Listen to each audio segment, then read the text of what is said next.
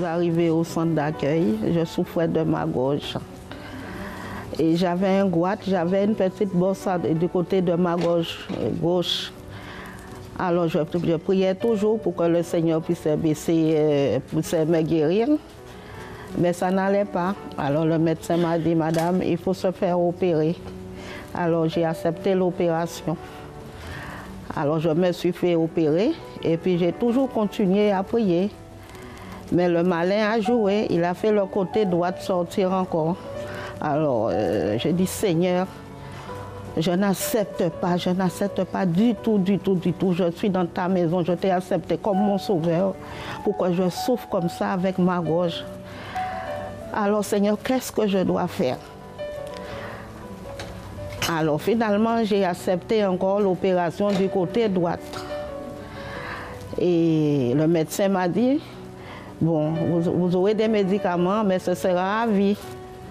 Alors j'ai dit, Seigneur, je n'accepte pas non plus de prendre des médicaments à vie. Alors j'ai continué à prier. Et puis il m'a donné à faire des soins tous les 6 mois. Alors je suis retournée, il m'avait donné à passer une radio, échographie pour la gorge. Et quand je suis retournée le voir, il s'est mis à rigoler. Mais je dis, docteur, mais qu'est-ce que vous rigolez?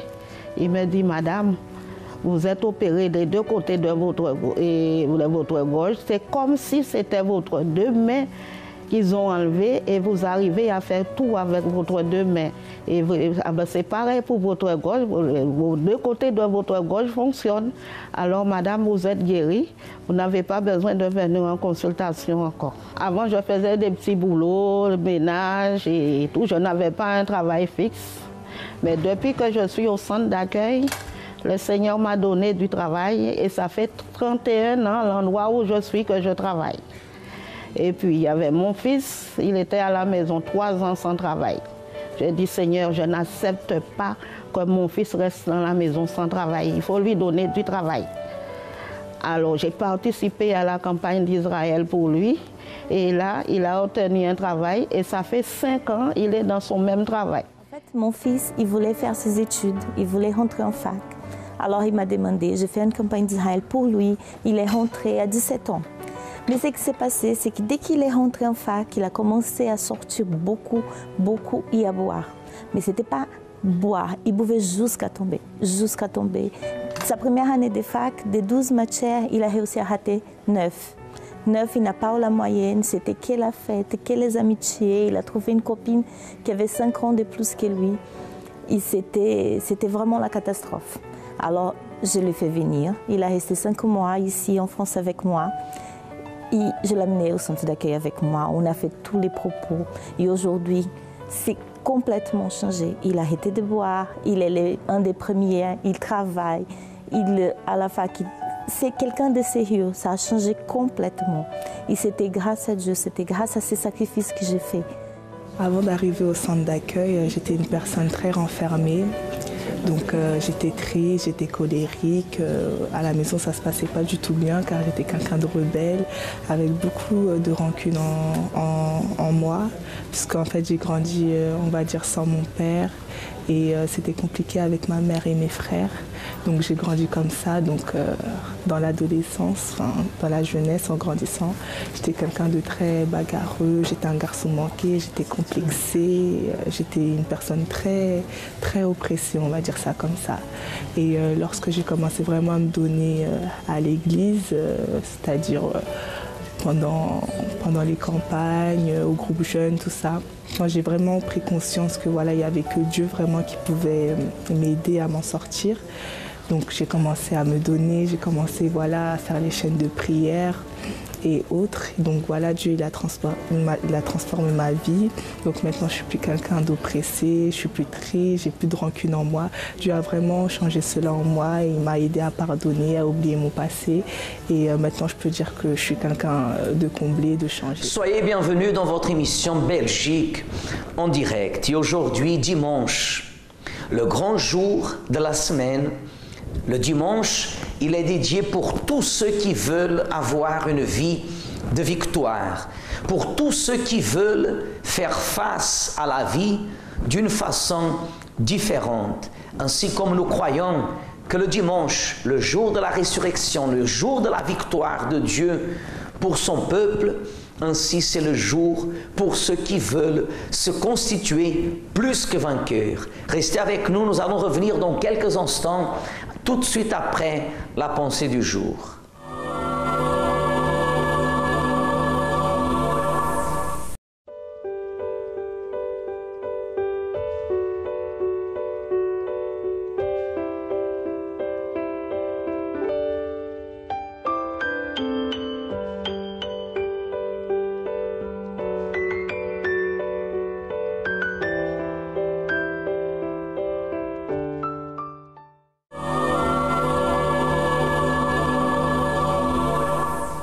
La grandeur de Dieu, elle est illimitée. Bien évidemment que pour ceux qui veulent penser à leur propre façon, dédier les choses, avoir une pensée personnelle, faire les choses et déduire les choses à leur propre façon, la grandeur de Dieu n'interfère pas dans la vie de ces personnes. Mais la grandeur de Dieu interfère dans la vie de qui? Dans la vie de ceux qui le reconnaissent, qui le cherchent de toute leur force, de tout leur cœur et de toute disponibilité et disposition corporelle. Car il ne suffit pas de venir participer dans une réunion, ni même avoir un désir dans le cœur. Mais il faut prouver vraiment que nous voulons que la grandeur de Dieu se manifeste dans notre vie. Et dimanche, c'est le jour de la grandeur. C'est un jour où dans l'Église, les personnes viennent chercher la force, viennent chercher l'audace, le courage, viennent apprendre à faire face aux situations différentes que la vie propage, que la vie, elle développe. Chaque jour, chaque année, de plus en plus, les choses, elles évoluent d'une telle façon que si l'être humain n'a pas une force intérieure, il finira par souffrir certainement dans tous les sens et points de sa vie. Mais il y a une raison. C'est pour cela qu'aujourd'hui, nous, dans le centre d'accueil de l'Église universelle ici à Bruxelles, aussi à Anvers, à Gand, à Liège, et partout à Anderlecht, partout en Belgique où nous sommes établis, nous dédions cette réunion en faveur de cette grandeur, comme c'est le cas de cette personne qui a pu participer de cette réunion spéciale de la grandeur de Dieu et a vu la main de Dieu agir en elle. Bonjour à tous, je m'appelle Evandro. Je suis arrivé au centre d'accueil complètement perdu, avec une famille complètement détruite, la vie professionnelle pareille, vie spirituelle chaotique, sans aucune sortie. C'est-à-dire, dans ma vie spirituelle, rien n'est avancé parce que j'étais quelqu'un de très très négatif. Je ne savais pas qu'est-ce que ça veut dire le mot positif. Dans ma famille, tout était vraiment divisé. C'est-à-dire, on ne se comprenait pas, il n'y avait pas de l'amour, il n'y avait pas de compréhension entre frères et sœurs, entre mère et enfant. Dans ma vie professionnelle, c'est-à-dire dans mes études, j'arrivais pas à me concentrer, j'arrivais pas à me donner à fond. Après, vu que j'étais quelqu'un de négatif, je croyais que la meilleure chose de faire, c'était d'arrêter mes études. Donc, je me suis mis à travailler, mais même comme ça, je travaillais, mais je ne voyais pas les fruits du travail. C'est-à-dire, tout était vraiment perdu. Tout était vraiment perdu. Mais après, à travers les propos, à travers les chaînes de prière, à travers la persévérance, c'est-à-dire, surtout à travers la persévérance, tout a vraiment changé. Je commençais maintenant à voir ma vie spirituelle en train d'avancer à travers les chaînes de prière, à travers les propos, mais des propos vraiment qui m'ont permis que j'ai grandi spirituellement parlant. J'ai commencé à faire des propos qui ont permis aussi que ma vie professionnelle aille de l'avant. Parce qu'après, j'ai commencé à devenir j'étais quelqu'un de très positif, j'ai commencé à être persévérant. Dans ma famille, tout a été changé. Pourquoi? Parce que moi-même, déjà tout d'abord, j'étais devenu un exemple pour mes frères et sœurs et pour ma mère. Donc, l'union a commencé à intégrer dans la maison, la compréhension. Nous avons toujours des luttes, mais ce n'est même pas les luttes qui nous découragent aujourd'hui. Aujourd'hui, on se comprend, on a toujours une sortie pour être dans la joie et dans la paix. Et pour qu'une famille soit vraiment en union. Donc voilà, ça c'est vraiment tout ce que Dieu a fait dans ma vie pendant que je suis dans le centre d'accueil. J'en suis sûr et certain qu'il va faire encore des grandes choses, ça c'est sûr et certain. Donc vous qui écoutez ce témoignage, je vous invite à rapprocher le centre d'accueil plus proche de chez vous.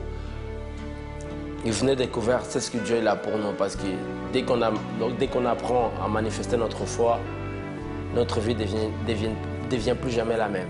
Dieu vous bénisse. Madame, comment vous appelez? Je m'appelle Madame Louisa. Madame Louisa, comment était votre vie avant de venir à l'Église universelle? Parce que quand je suis arrivée à l'église, ma vie était tout à fait par terre. J'avais beaucoup de problèmes au niveau financier, problèmes dans tout, j'avais des problèmes. Donc, je n'arrivais pas à payer mes factures, j'avais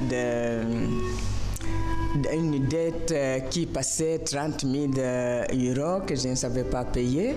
Ma vie, j'avais le colère en moi, j'étais quelqu'un qui ne savait pas pardonner.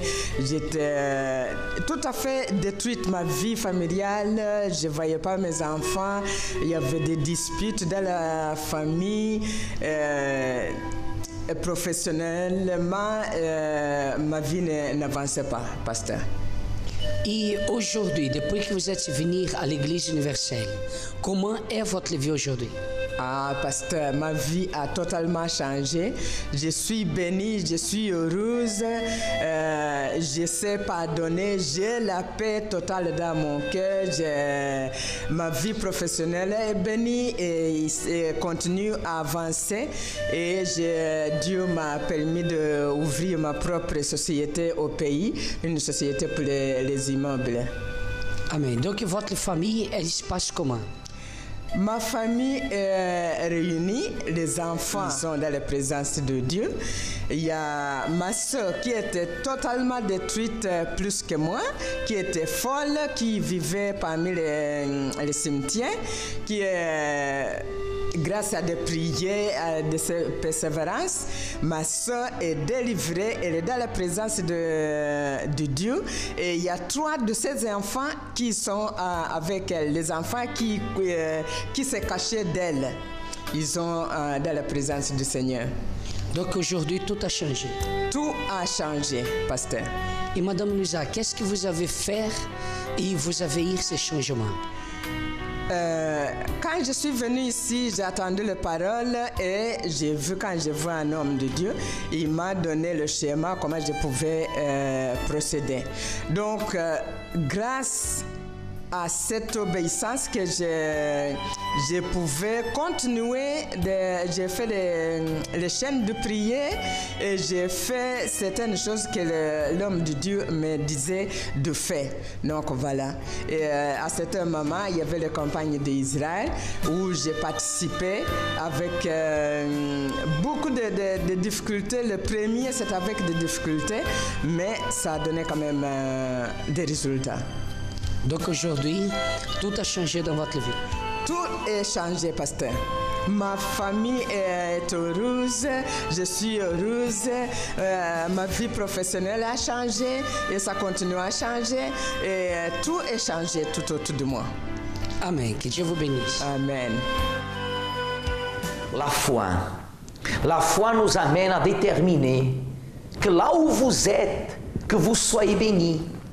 La foi, elle m'amène à déclarer que vous soyez bénis, parce que je crois que si vous participez de cette émission, ce n'est pas par hasard. Malgré qu'elle est gratuite, elle ne vous coûte absolument rien, mais ce n'est pas par hasard que vous êtes synchronisés avec nous à travers cette connexion via Internet, et qui vous permet de recevoir cette parole de foi. Mais, comme on vous disait tout à l'heure, il faut que vous vous déplaciez, il faut que vous vous leviez, que vous vous prépariez et que vous veniez participer de cette réunion pour votre bien, pas pour nous plaire, ou pas pour une visite. Je vais rendre visite au pasteur, je vais rendre visite à l'église. Non, ne pensez pas comme ça. Venez avec l'objectif de recevoir la force. Car dès maintenant, nous vous bénissons. Où que vous soyez, nous déclarons que la vie rentre dans votre maison, que la lumière et l'éclat de la présence de Dieu envahissent votre chambre et que votre cœur soit assoiffé de recevoir le restant de cette présence en venant participer de cette réunion spéciale en votre faveur. Mon ami, aujourd'hui, toi le choix, vie ou mort, lequel feras-tu? Demain sera peut-être trop tard. Aujourd'hui, Christ veut te libérer. Tu cherches la paix en ce monde, dans le plaisir qui passe en vain, mais dans les dernières heures de la vie, ils ne te satisferont pas. Mon ami, aujourd'hui, toi le choix.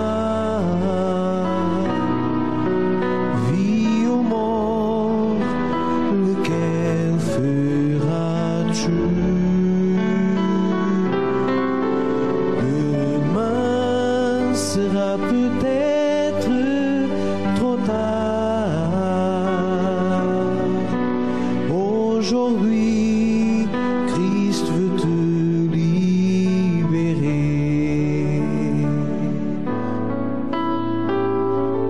Peut-être que tu rigoles, oh ami,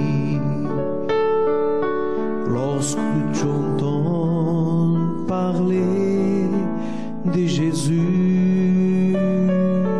IourdeTV.eu, c'est le link qui transmet vie, le link qui gratuitement rentre chez vous où vous êtes et vous transmet la vie.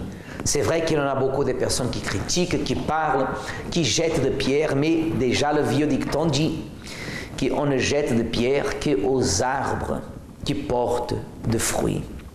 C'est pour cela que combien plus les personnes parlent et critiquent quelqu'un, peut-être vous-même vous dites, Séraphin, tout le monde parle mal de moi, tout le monde me critique, je suis anéanti par la pensée des autres parce que les autres parlent, disent.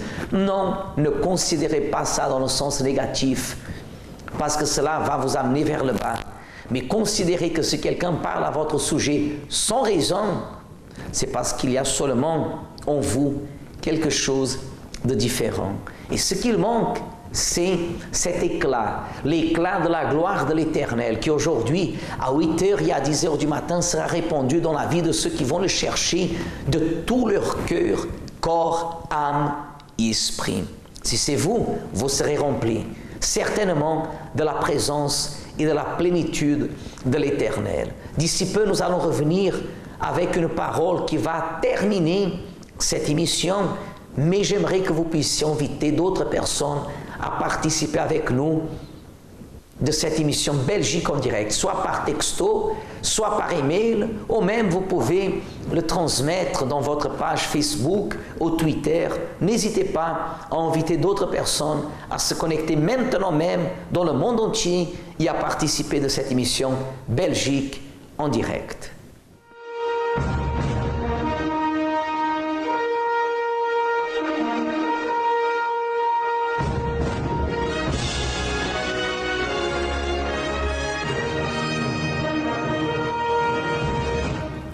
Nous arrivons à la fin de notre émission, mes amis.